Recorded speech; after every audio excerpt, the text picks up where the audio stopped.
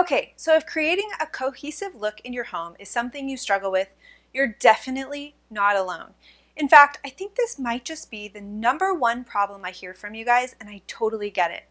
Whether you've fallen into the trap of pretty much one style and are playing it way too safe with your decor to the point that your home feels a bit blah and boring, or you love so many different styles that you've ended up with a big mishmash of a situation that doesn't make any sense or really tell your story, there is a way for you to layer in styles so that your home tells about who you are and feels good to those that live there. Point being, you are not one-dimensional. There are different layers to your personality, and your decor should follow suit. And you probably should incorporate the style of the other people that live in your home so they feel comfortable there too. Just saying.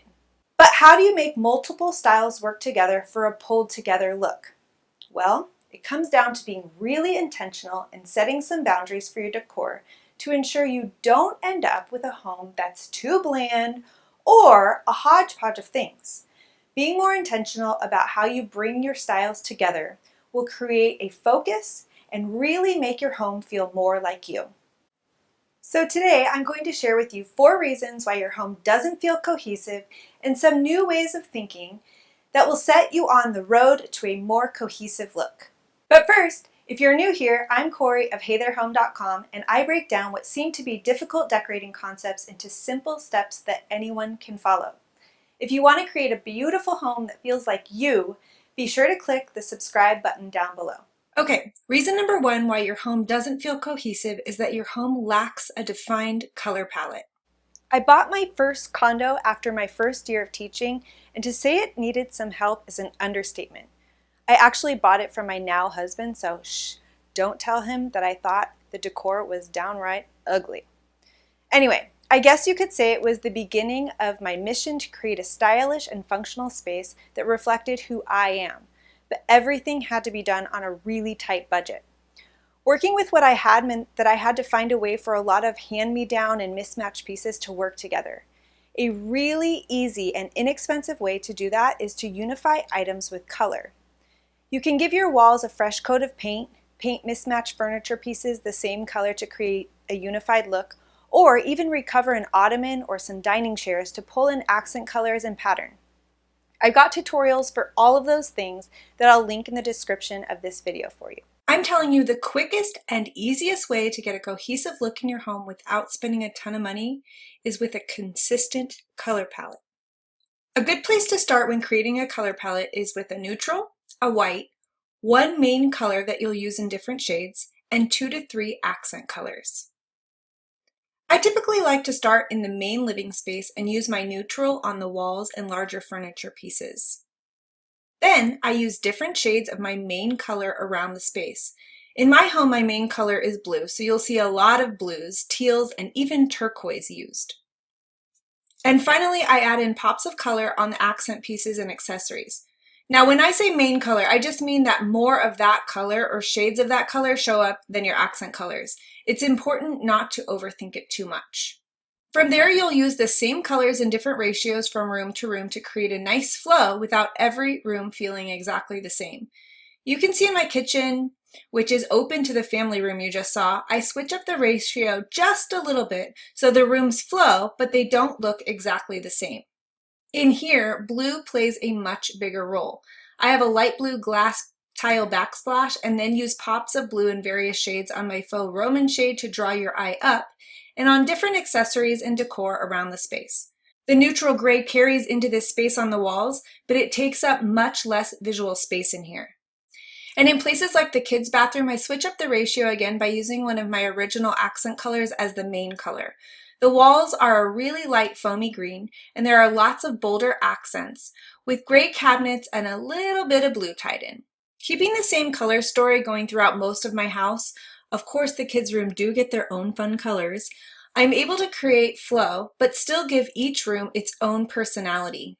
If you're wanting even more detailed steps about how to create a color palette for your home, be sure to grab my free color palette worksheet linked in the description down below. All right, reason number 2 your home doesn't feel cohesive is that you've never taken the time to define your style. Putting a name on your style can be a scary thing if you like a lot of different styles because it might feel a little bit confining. But if you do it in the right way, your style definition will include all the parts of different styles you love and help you narrow your focus. And on the flip side, if you struggle with playing it too safe and go for the same style again and again, defining your style will help you key in on elements from other styles you enjoy and allow you to bring them into your space knowing you're still creating a cohesive look. Before I took the time to define my style, my family room was okay, but it lacked any real personality. It was a lot of neutral on neutral, and there was absolutely no style direction beyond just playing it safe. For a long time, the curtains and faux Roman shades weren't even up, so that was my first attempt at giving this room some life. But after defining my style, I realized that I didn't have to just stick to traditional everything and found a way to mix traditional, modern, a bit of mid-century modern, and even a little glam into the mix for a really fun and fresh look that's way more me. Defining your style will make really clear what is working that you already own, what you might want to add in, and keep you focused when looking for new items. Taking the time to know your style definition is essential to creating a cohesive look in your home. It's so important that I've created an entire course called Style Your Way Home, where I teach you my simple process to get the look and feel you want in your home and how to take quick action without getting overwhelmed. And speaking of overwhelm, Reason number 3 your home doesn't feel cohesive is that you're dealing with inspiration overload. with so many resources available to us these days like Pinterest and Instagram, it's really easy to fall into the trap of inspiration overload. We're inundated with photos of beautiful spaces, and if you're anything like me, it's difficult to decide which ideas to implement in your own home because you like all of it. Having your defined color palette and your style definition will help you focus when it comes to gathering inspiration, but beyond that, you need to set some limits when it comes to gathering ideas. Ideas are just plain no good without any action behind them. And so I challenge you to stop gathering ideas. Edit your Pinterest boards down to only the best of the best ideas and start taking action. Some quick ways to get your Pinterest use under control are to create a board for each specific room you're working on.